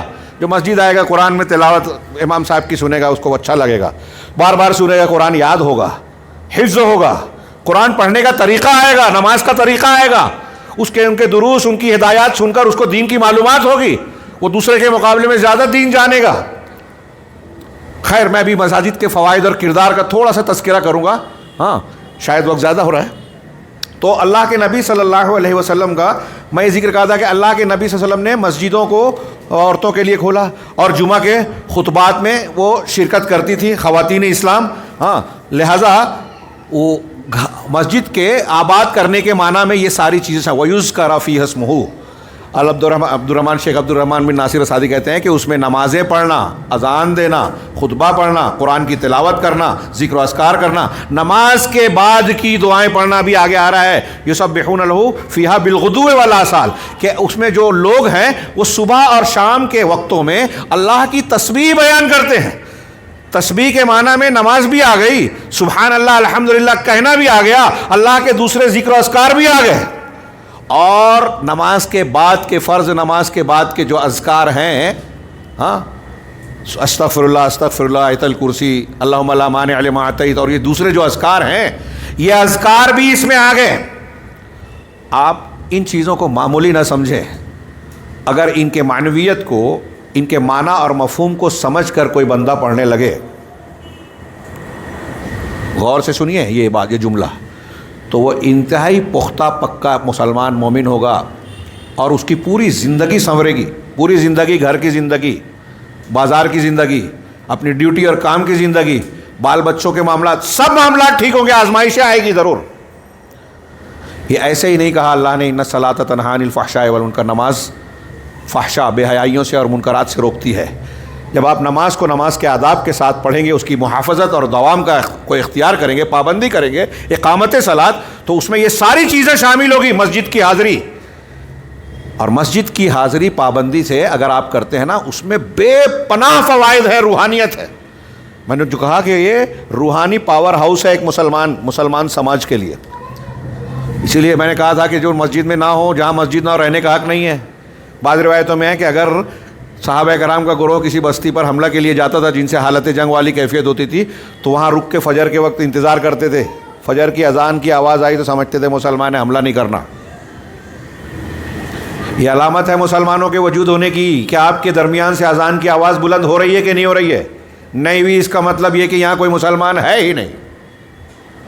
تو آپ کے وجود، آپ کی پہچان اور شناخت کی علامت ہے مسجد کا وجود، تو اللہ کے نام کا اس میں ذکر کیا جائے، اس میں ساری عبادات آ گئی۔ اعتکاف ایسی عبادت ہے، اس کو یوں کہیے، آج کی زبان میں سمجھانے کے لیے کہوں کہ ہمارے ہاں جیسے وہ ہندوؤں میں جو ہے نا سنیاس ہے، عیسائیوں میں رہبانیت ہے، جین مذہب میں تیاگ ہے، بدھ مذہب میں سب کچھ چھوڑ دینا ہے، اسلام میں یہ جائز نہیں ہے۔ ہمارے صوفیوں نے فلاسفہ سے اور ان دوسرے مذاہب سے یہ لیے کہ خانقاہیت اختیار کی جائے، کچھ کمایا نہ جائے، عبادت کرے، اللہ اللہ کریں اور بدعتی عبادات کریں، ذکر کریں، کشف و منامات کو بنیاد بنائیں، اور کچھ کمانا ومانا نہیں ہے، لگاؤ دم مٹے غم، کمائے دنیا کھائیں ہم، اس طرح کے نعرے لگاتے ہیں۔ یہ عزت نہیں ہے، ذلت کی بات ہے۔ اللہ کے نبی صلی اللہ علیہ وسلم کی تعلیمات کے بالکل خلاف بات ہے۔ میں یہ کہہ رہا تھا کہ اعتکاف اس امت کے لیے میں کہتا ہوں جائز رہبانیت ہے۔ ابھی میں جو جملہ بول رہا ہوں اس پہ بہت سے لوگ اعتراض شروع کر دیں گے، سوشل میڈیا کا دور ہے، ہر کوئی قابل بننے لگتا ہے۔ ہاں، میں رہبانیت سمجھانے کے لیے بول رہا ہوں، رہبانیت نہیں ہے یہ، کیونکہ اعتکاف کی حالت میں آدمی دنیا داری، گھر بار، بیوی سے دور ہو جاتا ہے، بیوی سے تعلق قائم نہیں کر سکتا، کئی چیزیں جو اب اس کے لیے عام حالات میں حلال ہیں اب وہ روک لیتا ہے اپنے آپ کو، جیسے روزے کی حالت میں، جیسے احرام کی حالت میں۔ ایسے یہاں 10 دن کے لیے جو اللہ کے رسول کا عام طریقہ تھا، 20 دن بھی آپ نے آخری سال کیا، مسجد میں قیام کرتا ہے عبادت کی نیت سے، اعتکاف رکنا۔ حضرت ابراہیم علیہ السلام نے اپنی قوم کے لوگوں سے سوال کیا تھا جو بتوں کے پاس رکتے تھے، مجاوری کرتے تھے، ما هذه التماثيل التي انتم لها عاکفون، یہ بت یہ کیا ہے جس کے پاس تم لوگ اعتکاف کرتے ہو؟ تو یہ اعتکاف عبادت ہے، یہ عبادت بھی صرف جامع مسجد میں ہوگی جہاں جمعہ وغیرہ ہوتا ہے۔ تھوڑا سا اختلاف ہے اس میں، ابھی ایک قول آ گیا کہ صرف مسجد حرام میں، مسجد نبوی میں ہوگی اور 3 مسجدوں میں ہوگی، ایسا نہیں ہے، ہر اس مسجد میں حضرت عائشہ وغیرہ کے قول سے ثابت ہے۔ تو جہاں جمعہ ہوتی ہے، جماعت ہوتی ہے، تو یہاں اعتکاف بھی کیا جائے گا۔ مسجد اعتکاف کے لیے جگہ ہے۔ فی بیوت اذن اللہ ان ترفع ویذکر فیہا اسمہ، یہاں رک کر میں مسجد کے اور بھی کردار اور پیغام کا تھوڑا سا ذکر کرنا چاہتا ہوں، یعنی یہ سمجھ لیجئے کہ اس کے لیے مجھے کم سے کم 1 گھنٹہ چاہیے، لیکن میں 3-4 منٹ میں صرف اشارے کر رہا ہوں کہ مسجد جو ہے مسلمانوں کے لیے سب سے عظیم درسگاہ ہے۔ ابھی میں نے خطبہ جمعہ کا ذکر کیا، وہ سامنے رکھیے۔ خطبہ جمعہ میں خطیب تیاری کر کے، اور ماشاءاللہ ہمارے علماء اس کا لحاظ کرتے ہیں، حالات حاضرہ، موقع محل کا لحاظ کرتے ہوئے عوام کو جن احکام و مسائل کی دین کی رہنمائی کی ضرورت ہوتی ہے بتاتا ہے، اور بتانا چاہیے۔ یہ ایک میڈیم ہوا تعلیم کا، دین سکھانے کا۔ پھر دروس قرآن، دروس حدیث ایک یہ ہوتا ہے۔ آپ ایک حدیث پر غور کیجئے کہ اللہ کے نبی صلی اللہ علیہ وسلم نے فرمایا مروا اولادکم بالصلاۃ اذا کانوا کیا ہے وہم ابناء 7، اپنے بچوں کو نماز کا حکم دو جب کہ وہ 7 سال کے ہوں، وَاضْرِبُوهُمْ عَلَيْهَا اِذَا كَانُوا أَبْنَاءُ 10 او کما قال وَفَرِّقُوا بَيْنَ مَضَاجِعِهِمْ، اور ان کو جب 10 سال کی عمر ہو جائے، غور سے 7 سال کی عمر میں مسجد جانے کے لیے کہو، نماز پڑھنے کے لیے کہو، اور جب 10 سال کے ہو جائیں تو انہیں حکم دو، حکم صرف نہیں دینا ہے، نہ جانے پر مارو، اور ان کے بستر الگ کر دو، بھائی بہن کے بستر الگ کر دو۔ لحاظ کیجئے، یہ سماجی زندگی میں اس کا لحاظ نہ کرنے سے بہت سارے نقصانات ہوتے ہیں اور ہو رہے ہیں آج کے زمانے میں۔ تو اب یہاں غور کیجئے کہ 7 سال کا بچہ مکلف نہیں ہوتا، نابالغ ہے۔ ہم اکثر احکامات میں پڑھتے ہیں کہ کس پر فرض ہے، تو کہتے ہیں عاقل، بالغ اور ایسا ہو، آزاد ہو۔ تو بالغ پر فرض ہوتی ہے، شریعت کا مکلف ہوتا ہے عام طور سے، لیکن یہاں نماز کی تعلیم کے لیے بلوغت سے پہلے لے جانے کا حکم ہے، اور 10 سال، یہاں 10 سال کہا۔ 10 سال میں بچے عموماً بالغ نہیں ہوتے، الا ماشاء اللہ گرم علاقوں میں ہو سکتے ہیں، لیکن عموماً نہیں ہوتے، سرد علاقوں میں یا ہمارے یہاں۔ تو 10 سال کی عمر میں نہ جانے پر مارو جبکہ نماز ابھی اس پر فرض نہیں ہے۔ کیوں؟ یہ تربیت کا ایک حصہ ہے، تعلیم کا ایک حصہ ہے کہ جب آپ بچے کو اس سال سے مسجد لے جائیں گے تو ایک تعوید اور تمرین ہوگی، مشق ہوگی، اس کی عادت پڑے گی۔ کیونکہ اچانک اگر آپ کہیں گے کہ 5 وقت بغیر بلا ناغہ آپ کو پابندی کرنی ہے، تو بغیر پہلے سے مشق کیے ہوئے اگر کوئی آدمی کرنا چاہے تو بہت مشکل پیش آتی ہے، الا ماشاء اللہ۔ صحابہ کرام کی مثال ہے ہمارے سامنے۔ تو ایک چیز تو یہ کہ عادت ڈالی جائے، دوسرے یہ کہ اس عمر سے جب وہ مسجد جانے لگتا ہے تو مسجد جانے سے، آنے سے بہت سی چیزوں کو دیکھ دیکھ کے سیکھ لیتا ہے۔ امام کی قرأت سن کر قرآن کا بہت اچھا خاصا حصہ یاد کر لیتا ہے۔ اگر ہمارے یہاں جیسے آج مسجدوں میں وضو خانے کا اور دوسری چیزوں کا اہتمام ہوتا ہے، وہ دیکھے گا تو وہاں وضو کرنے والوں کو دیکھ کر وضو کا طریقہ سیکھ سکتا ہے۔ مسجد میں کوئی الٹی سیدھی حرکت کرتا ہے، لوگ سکھاتے ہیں، وہ آداب سکھاتا ہے۔ جمعہ کے خطبے سنتا ہے اور درس سنتا ہے۔ نمازوں میں کوئی غلط سلط کام ہو جائے تو امام یا کوئی عالم جو ہے اصلاح کرتا ہے، وہ سمجھ میں آتا ہے۔ ایسے کئی امور مسجد میں دیکھ کر اس کی تعلیم کا گویا سلسلہ جاری ہو جاتا ہے اسی عمر سے، یہ تعلیم کا۔ اور تیسری چیز تعلیم والی معاملے میں، آپ غور کیجئے کہ نبی کریم صلی اللہ علیہ وسلم کے عہد مبارک میں صفہ کے صحابہ، حضرت ابو ہریرہ جس میں ایک ممتاز طالب علم تھے، جو صحابہ کرام اللہ کے رسول صلی اللہ علیہ وسلم سے دین سیکھنے پڑھنے آتے تھے، حدیثیں سیکھنے آتے تھے، ان کو صفہ میں پڑھاتے تھے۔ یہ صفہ کہاں تھا؟ صفہ کا چبوترا ایک بنا ہوا تھا۔ آج آپ جائیے مسجد نبوی میں، اللہ کے نبی صلی اللہ علیہ وسلم کے روضے سے جڑا ہے، وہ وہاں اصل میں وہاں نہیں تھا، تھوڑا سا سامنے کے حصے میں تھا۔ نبی صلی اللہ علیہ وسلم کے ممبر کے باہر صحن کے حصے میں ایک چبوترا تھا، وہ پڑھنے والے بچے آتے تھے، وہیں قیام کرتے تھے اور اللہ کے رسول صلی اللہ علیہ وسلم کی درسگاہ میں بیٹھ کر تعلیم حاصل کرتے تھے، مسجد میں سیکھتے تھے۔ تعلیم کا ایک مرکز ہے، اور یہاں رک کے میں بتاؤں کہ اسی بنیاد پر مسجد، مدرسہ یا مکتب ساتھ ساتھ، ہمارے الفرقان یہ جو اسٹڈی ہے مسجد سے جڑا ہوا ہونا بھی چاہیے، جوڑنا چاہیے بچوں کو۔ تعلیم تربیت دونوں ساتھ ساتھ چلتی ہے اس میں، اس کو آپ ہلکا نہ سمجھیں۔ ہاں، اور یہاں رک کے ایک اور بات کہنا چاہوں گا کہ انہی دو مراکز سے آج عالم اسلام کے، عالم کفر کے لوگوں کو، دشمنان اسلام کو بہت بہت بہت تکلیف ہے۔ ہندوستان میں دیکھیے مدارس پر سوال اٹھتے رہتے ہیں، کہیں بلڈوزر چل رہے ہیں، کہیں لائسنس کی رجسٹریشن کی بات کر کے بند کرنے کی بات کی جاتی ہے، پہلے مدرسہ بورڈ بنا کے ایڈ دیتے ہیں، بعد میں اس کو روکنے کی بات کرتے ہیں۔ یو پی میں اور شمالی ریاستوں میں کئی جگہ ہوا، آپ کیا مجھے نہیں پتہ کیا حال ہے۔ عالمی سطح پہ امریکہ، یورپ مدارس پہ اور مساجد پہ سب سے زیادہ نظر ہے۔ امریکہ کو کیا انٹریسٹ ہے، کیا مسلمانوں سے ہمدردی ہے کہ پاکستان میں مدرسوں کے نصاب تعلیم کی اصلاح کی بات کرتا ہے اور کہتا ہے کہ تیونس کی کالجز میں جو ہمارے نگرانی میں جو نصاب مقرر کیا گیا ہے مسلمانوں نے، وہی اختیار کیا جائے، اور وہاں کے نصاب تعلیم کو آپ دیکھیں گے تو آپ کہنے پہ مجبور ہوں گے کہ کسی مسلمان ادارے کا وہ نصاب تعلیم ہو ہی نہیں سکتا، کفر اور الحاد پر مبنی ہے۔ بہرا لوگوں کو وہاں ذمہ دار بنا کے ایسی چیزوں کو نصاب میں داخل کیا ہے جو ایک مسلمان بچے کو غیر مسلم بنا دے۔ میں کوئی مبالغہ نہیں کر رہا ہوں، ایڈ دے رہے ہیں وہ لوگ کہ ہم جو کہہ رہے ہیں ویسے آپ نصاب تعلیم کو شامل کیجئے۔ آج مدارس کا بہت برا حال ہے۔ یہ مساجد اور مدارس ہمارے دینی تشخص کے آخری قلعے ہیں، اور دشمنان دین کی اس پر بھی نکاح ہے۔ اور آپ ایک نوٹ کیجئے بات، فلسطین ہو، ہندوستان کے فسادات ہوں، ہندوستان میں فرقہ پرست طاقتیں ہوں، یا دوسرے ملکوں میں جو لوگ ہوں، امریکہ، یورپ میں جہاں مسلمان ملکوں پر بستیوں پر حملے کرتے ہیں، وہ انہی دو تین چیزوں پر سب سے زیادہ نشانہ سادھتے ہیں۔ مسجدوں کو منظم کرنے کا سلسلہ بہت بڑھ چکا ہے۔ نبی کریم صلی اللہ علیہ وسلم کی شخصیت پر اعتراض، مسجدوں کا اور مدرسوں کا کو نشانہ بنایا جاتا ہے۔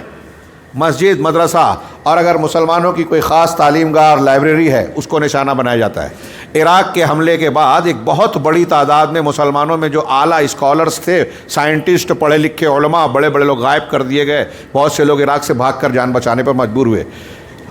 امریکہ، یورپی طاقتیں، اسرائیل، اور ان کے ساتھ روافظ جو ایران کا نام ہے۔ کسی کو، بہت لوگوں کو اعتراض ہوگا، جو چنیں گے وہ لوگ اعتراض ہوگا، لیکن یہ حقیقت ہے، زمینی حقیقت ہے، کوئی مانے کہ نہ مانے۔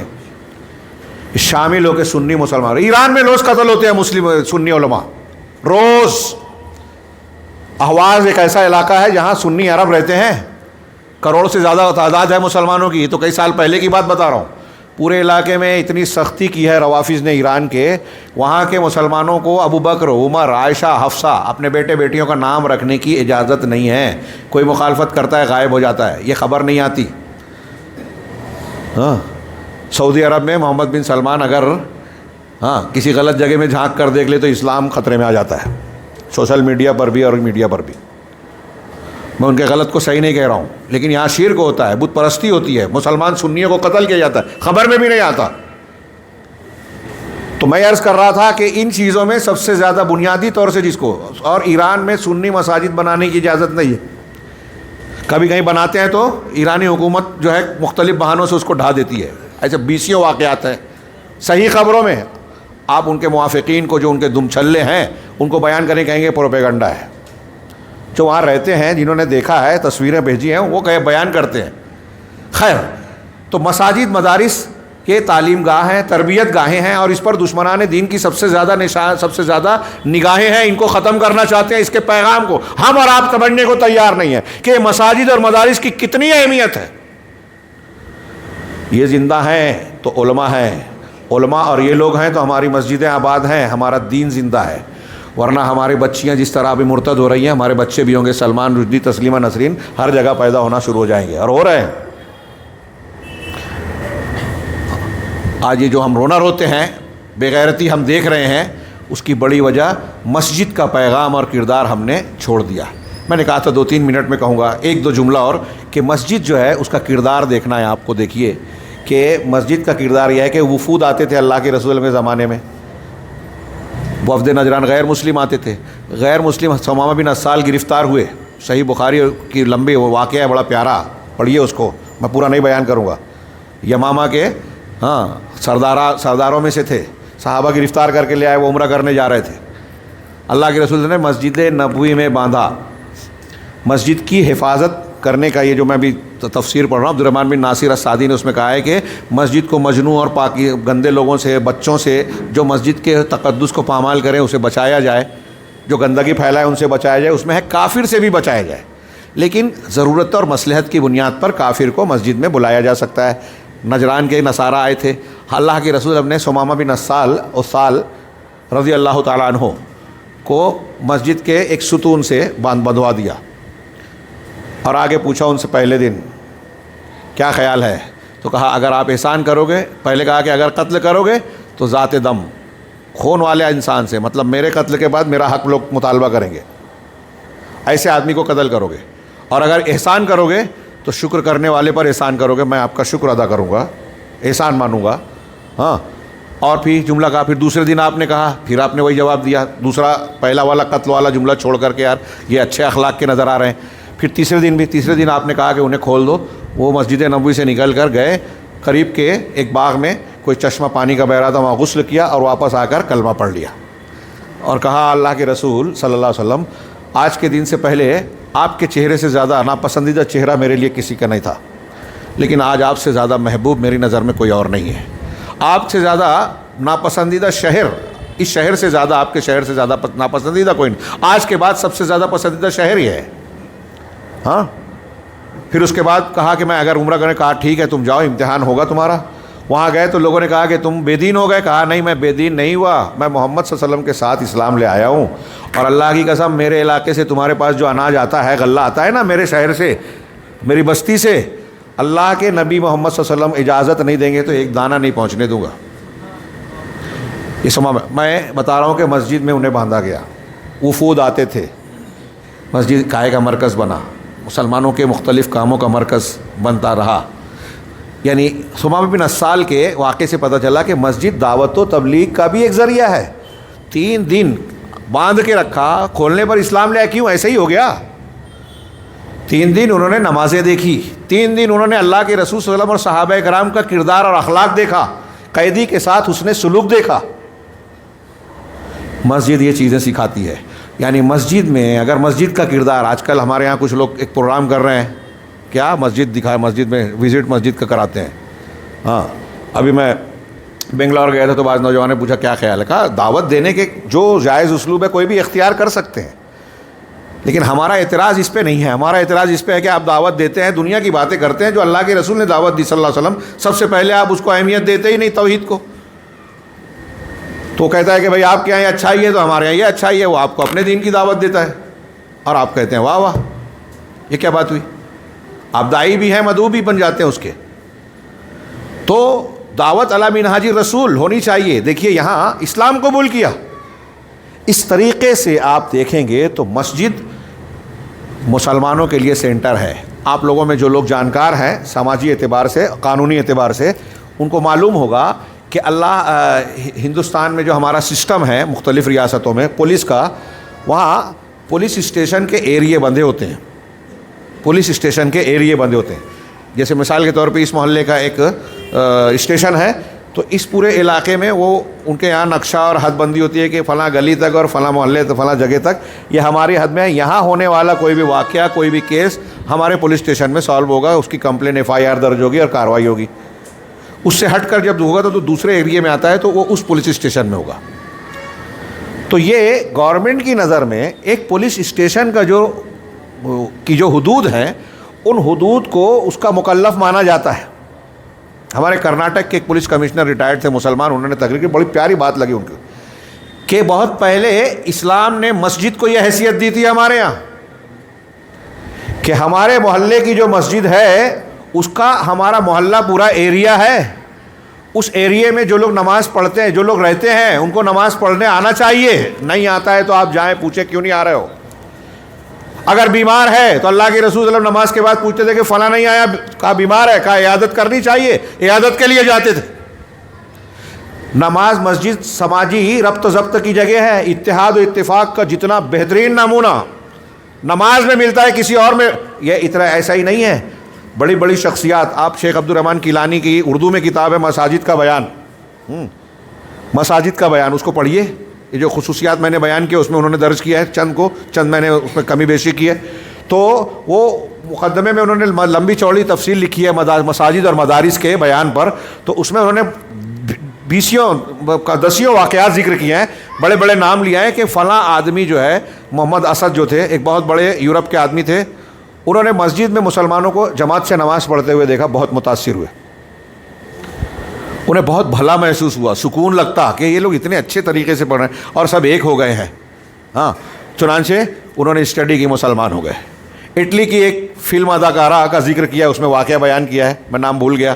ہاں، اس نے بھی مصر میں شوٹنگ کے لیے گئی، وہاں ایک چھوٹی سی مسجد دیکھی کہ لوگ جا رہے ہیں، جا کے جھانکا تو دیکھا لوگ نماز پڑھ رہے ہیں، انہیں بہت بھلا لگا. اس نے اپنے تاثرات کا ذکر کیا.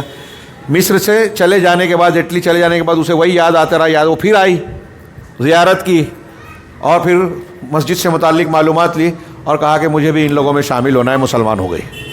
مسجد میں جو طریقے عبادت ہے، مسجد کے آداب ہے، مسجد کا وقار ہے. ابھی میں نے ثمامہ بن اسال رضی اللہ تعالیٰ عنہ کا واقعہ ذکر کیا، اور یہ جو اشارہ کر رہا ہوں نئے واقعات کی طرف، یعنی کیلانی صاحب کے ایسے واقعات کی ایک لمبی فہرست ہے.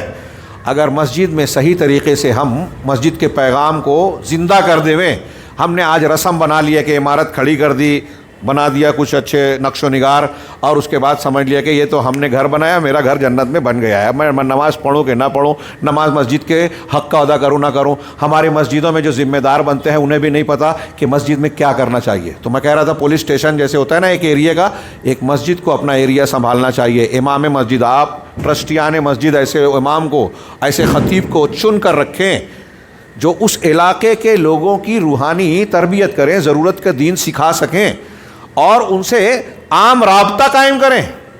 جیسے اللہ کے نبی صلی اللہ علیہ وسلم کا طریقہ تھا، فلاں آدمی کیوں نہیں بیمار ہے، عیادت کے لیے چلے گئے. فلاں صحابہ کو دیکھا کہ یہ پھٹے حال ہے، مسجد میں کچھ صحابہ آئے، کپڑے پھٹے ہیں، غریب ہیں، آپ کو دیکھ کر بہت برا لگا، آپ نے سب کو بلوایا اور اس کے بعد تقریر کی اللہ کے راستے میں انفاق کے لیے. ہاں، ایک صحابی گئے گھر سے، وہ بوجھا اٹھا کے لایا، ان کو دیکھ کر پھر بہت سارے 2-3 ڈھیر لگ گئے. صحیح مسلم کی حدیث ہے. اس کو دیکھ کر آپ خوش ہوئے اور کہا جس نے اسلام میں کوئی اچھا طریقہ اختیار کیا تو اس کو خود اس کے عمل کا بھی اجر ملے گا اور اس طریقے کے دیکھ کر دوسرے لوگ جو کر رہے ہیں اس کا بھی ثواب ملے گا، اور دونوں کے عمل میں کوئی کمی نہیں ہوگی. یہ نئی بدعت نئے طریقے کے سلسلے میں نہیں، پہلے سے جو دین میں موجود ہے ایک چیز صدقہ خیرات، آپ وہ کر رہے ہیں، آپ کے طریقے کو دیکھ کر کوئی اور کر رہا ہے تو اس کا بھی اجر ثواب آپ کو ملے گا. تو میں یہ عرض کر رہا تھا کہ اللہ کے نبی صلی اللہ علیہ وسلم دیکھیے مسجد کو مسلمانوں کے باہمی تعلق، باہمی ہمدردی، ایک دوسرے کی مدد کا مرکز بھی بنا رہے ہیں. اور جیسا کہ میں نے اشارہ کیا کہ اتحاد و اتفاق کی انتہائی زبردست ہم کو تعلیم ملتی ہے مسجد سے. اور اللہ کے نبی صلی اللہ علیہ وسلم جماعت کھڑی ہونے سے پہلے قدم سے قدم ملا لو، درمیان میں خالی جگہ رکھو گے تو اللہ تعالیٰ دلوں میں اختلاف ڈالے گا. اب اتحاد و اتفاق کی جگہ پر آج ہمارے ہاں کچھ لوگ اختلاف، جیسے ابھی میں نے کہا کہ مسجد جو توحید کا درس دینے کا مرکز ہے اس کو بعض لوگوں نے بدعت و خرافات کی جگہ بنا دیا. اب کوئی لوگ اجتماعی ذکر کر رہے ہیں، کوئی اندھیرا کر کے جو ہے مدینے کی سیر کرتا ہے آنکھ بند کر کے مسجد میں، کوئی اور کچھ حلقے تیار کرتا ہے حق کی لگانے کا، فلاں سلسلے سے ہم جڑے چشتی قادری نقشبندی تو انہوں نے یہ عبادت بتائی ہے تو مسجد میں یہ کرنا. یہ مسجد کے تقدس کو، مقصد کو پامال کرنا ہے، شریعت کا مذاق اڑانا ہے، قرآن حدیث کو کھلواڑ بنانا ہے، اللہ اور اس کے رسول کے سامنے مقابلے کے لیے کھڑے ہونا ہے کہ آپ دین کے مرکز کو دین کی مخالفت کا مقام بنا رہے ہیں. تو مساجد کے ان احکامات کو سمجھیں، عام آدمی بھی سمجھیں، مسجدوں کے ٹرسٹی بھی سمجھیں. وہاں کے جو امام و خطیب ہیں وہ ایسے ہی نہیں ہیں روایتی نماز پڑھا دی ختم، بلکہ انہیں اپنی ذمہ داری سمجھنا چاہیے. اور ٹرسٹیوں کو، لوگوں کو چاہیے کہ اس ذمہ داری کو ادا کرنے کے لیے امام صاحب کو آپ دوسری فکر سے فارغ کریں. میں کوئی ایسی ویسی بات نہیں کہہ رہا ہوں، بہت اہم کہہ رہا ہوں، ان کی تنخواہ اتنی متعین کر دیجئے کہ ان کو سوچنا ہی نہ پڑے کہ مجھے دوسرا کام کرنا ہے. مجھے مسجد کے کام پر فوکس کرنا ہے، اور مسجد کا کام صرف 5 وقت کی نماز پڑھا دینا نہیں ہے، وہ تو ہے ہی، اور سب سے اہم کام ہے جمعہ کا خطبہ، عوام سے رابطہ، لوگوں کو دین بتانا. کوئی غلط نماز پڑھ رہا ہے، کوئی بچے کو دیکھ رہے ہیں کہ وہ شرارت کرتا ہے، غلط نیت باندھتا ہے، رفع الیدین ٹھیک سے نہیں کرتا، پیر ٹھیک سے نہیں رہتا، صف ٹھیک سے نہیں بناتا، ہم اس کو بتائیں کہ اس طرح کھڑا ہوا جاتا ہے، ایسے نیت بنائے. یہ تعلیم و تربیت کا مقام ہے، مرکز ہے. ہاں، اس طریقے سے آپ دیکھیں گے تو مسجد کا کردار ہمارے سماج میں سب سے زیادہ اہمیت کا حامل ہے. مسجد کی اہمیت و افادیت یہ ہے کہ اگر مسجدیں نہیں ہوں تو ہماری توحید اور ہمارا تشخص شاید محفوظ نہ رہے. اللہ رب العالمین سے دعا ہے کہ وہ ہمیں مسجد کی اہمیت و فضیلت سمجھنے کی توفیق عطا فرمائے، اور اس کا جو حق ہم پر عائد ہوتا ہے پروردگار ہماری طاقت اور قوت کے مطابق اس حق کی ادائیگی کی ہمیں توفیق دے، اور اس کی برکت سے دنیا میں اللہ رب العالمین ہمیں جو ہے عزت بخشے، سعادت عطا فرمائے، اور آخرت میں کامیابی سے نوازے، دنیا اور آخرت میں ہر قسم کے فتنے اور عذاب سے محفوظ رکھے. میں اپنی بات کو ختم کرنے سے پہلے ایک بار پھر سے اللہ رب العالمین کا شکر ادا کرتا ہوں، اور اللہ کے بعد آپ حضرات کا، یہاں کے ذمہ داران، اس پروگرام کے منتظمین اور معاونین، اور خاص طور سے الفرقان اسٹڈی سینٹر کے افراد سے کا شکریہ ادا کرتا ہوں، اور دعا کرتا ہوں کہ اللہ رب العالمین انہیں جزائے خیر دے، ان کی نیتوں اور نیک اعمال میں برکت عطا فرمائے اور اسے قبول فرمائے. وآخر دعوانا ان الحمد للہ رب العالمین، وصلی اللہ علی نبینا محمد.